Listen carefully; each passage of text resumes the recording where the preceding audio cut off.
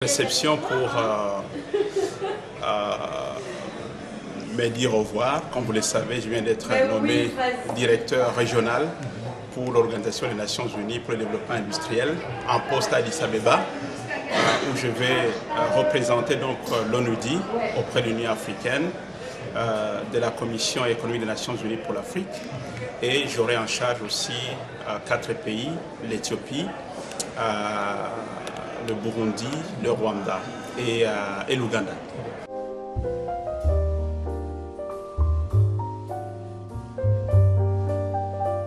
Oui, effectivement, notre continent est en train de s'urbaniser.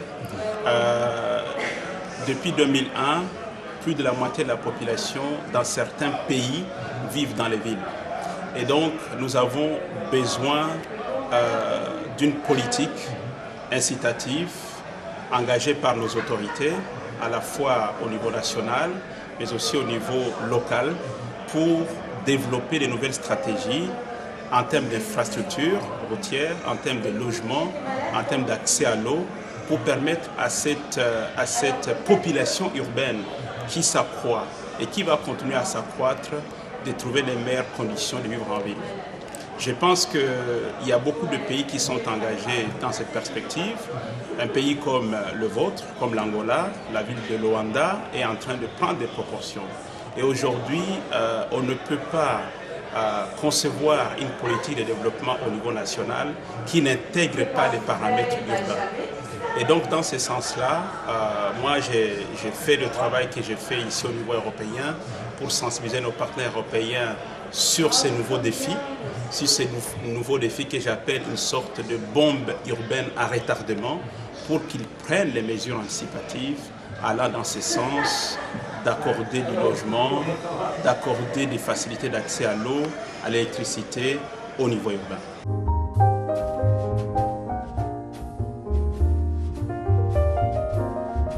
Il est clair que l'aspect financier est très important, mais je pense qu'en amont, il faut d'abord les politiques.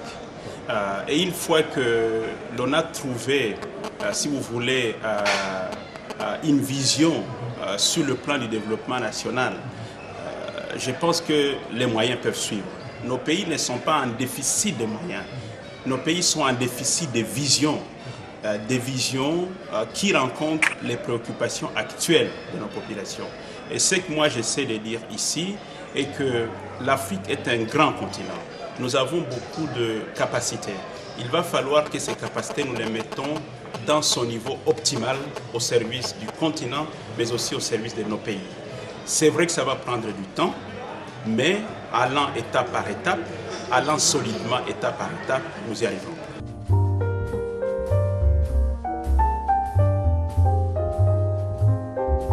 Je pense que dans le cas de la politique de l'ONUDI, ce qui est important, c'est le renforcement des capacités des petites et moyennes entreprises. Ça, c'est un point très très important. Et je pense que par ces renforcements, nous pouvons accroître la production. Mais il faut que cette production soit qualitative et que le fruit, donc le capital généré par cette production, soit redistribué dans la population. Je pense que ça, c'est la chose la plus importante pour l'Afrique. Il y a beaucoup de choses à faire. Effectivement, vous avez raison, la jeunesse doit être notre première priorité. Il faut accorder à cette jeunesse tous les moyens en termes d'éducation pour qu'ils soient à niveau.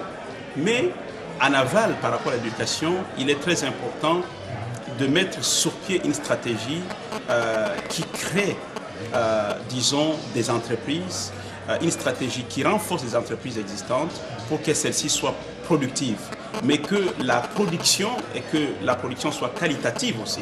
Parce que pour que nous puissions être compétitifs d'abord sur le marché local, sur le marché régional et sur le marché international, il faut que nous produisions des produits de qualité qui permettent de lutter plus efficacement contre la pauvreté.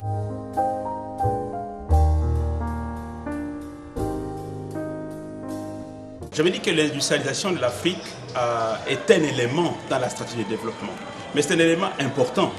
Parce qu'aujourd'hui, comment pouvons-nous parler d'une agriculture qui soit une agriculture intensive si nous ne parlons pas de l'industrialisation?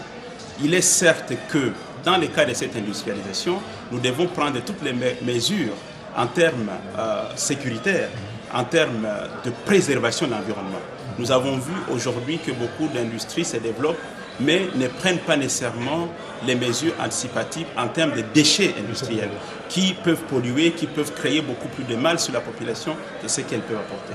Donc je pense que tout cela fait partie d'une chaîne, d'un package. Et dans ce cadre-là, ce que nous devons essayer de capitaliser au plus, c'est ce que chaque instrument, notamment l'instrument industriel, peut apporter en termes de croissance économique, mais aussi en termes de stabilité sociale. C'est ça l'objectif. Merci beaucoup. Merci beaucoup.